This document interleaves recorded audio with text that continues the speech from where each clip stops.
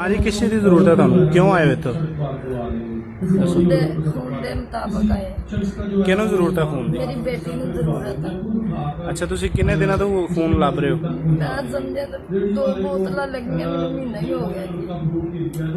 2 ਬੋਤਲਾਂ ਲੱਗੀ ਮਹੀਨਾ ਹੋ ਗਿਆ। ਮਹੀਨਾ ਹੋ ਚੁੱਕਾ ਵਾ ਤੇ ਉਹਨਾਂ ਨੇ ਹੁਣ ਡੇਟ ਲਿਖ ਦਿੱਤੀ ਆ। ਆਪਰੇਸ਼ਨ ਹੋਣਾ ਵੱਡਾ ਆਪਰੇਸ਼ਨ ਹੋਣਾ। ਤੇ ਖੂਨ ਨਹੀਂ ਮਿਲਿਆ ਤੁਹਾਨੂੰ? ਨਹੀਂ ਮਿਲਿਆ। ਤੁਸੀਂ ਹੁਣ ਕਿੱਥੇ ਆਏ ਹੋ ਤੁਸੀਂ ਹੁਣ? ਅਸੀਂ ਹੁਣ ਪੁਲਿਸ ਲਾਈਨ ਚ ਆਏ ਹਾਂ। ਪੁਲਿਸ ਲਾਈਨ 'ਚ ਆਏ ਹੋ ਤੇ ਇਹ ਜਵਾਨ ਤੁਹਾਨੂੰ ਖੂਨ ਦੇਣ ਵਾਸਤੇ ਤਿਆਰ ਨੇ AB ਨੈਗੇਟਿਵ। ਤੁਸੀਂ ਇਹਨਾਂ ਵਾਸਤੇ ਕਿੰਨੀਆਂ ਕਿ ਦੁਆਵਾਂ ਦੇਵੋਗੇ? ਬਹੁਤ ਦੁਆਵਾਂ ਦੇਵਾਂਗੀ ਮੈਂ। ਝੋਲੀ ਚੁੱਕ ਕੇ ਦੁਆਵਾਂ ਦੇਵਾਂਗੀ। ਅੱਲਾ ਨੇ ਤੰਦਰੁਸਤੀ ਦੇਵੇ, ਅੱਲਾ ਦੀ ਜ਼ਿੰਦਗੀ करे, अल्लाह ने बहुता दे। आमीन। ये जी जवान है जो अपनी रजामंदी से एक गरीब खतून की बेटी है, उनको ब्लड चाहिए AB नेगेटिव, उसकी मदद करेंगे। अल्लाह ताला इनको अजर देंगे।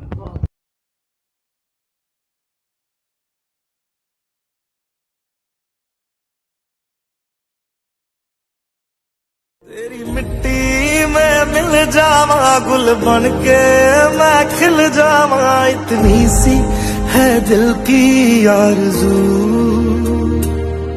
तेरी नदियों में बह जावा, तेरे खेतों में लहरावा, इतनी सी है दिल की आरज़ू।